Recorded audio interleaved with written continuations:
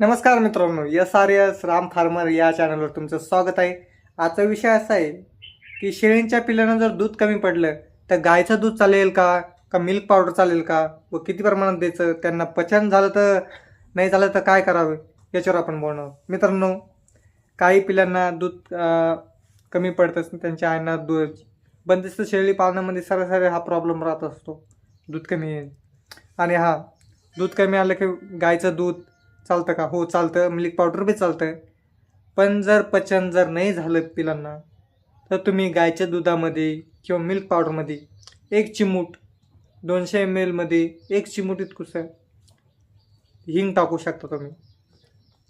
किंवा त्या हिंगच्या वासानं जर तुमचं पिल्लू तर दूध पित नसेल, त्याला ते दूध पाजा. आणि पिंकू ग्राईप वॉटर हे मिळतं मित्रांनो.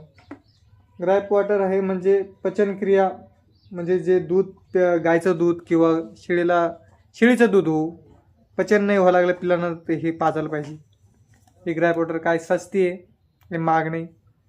आणि पिल्लांना 3-4 ml पाजायचं. आता एक हे पिल्लू बघू शकता तुम्ही.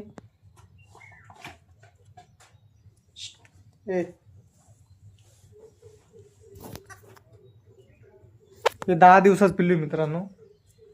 आणि याला काही दूध कमी पडलं नाही असा काहीच विषय नाही.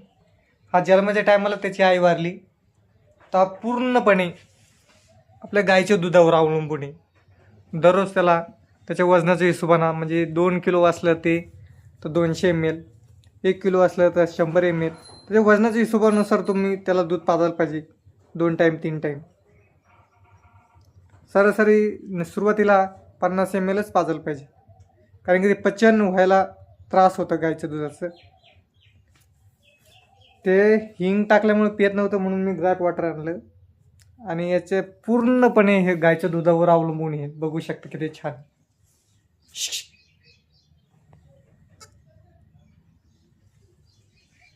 धन्यवाद.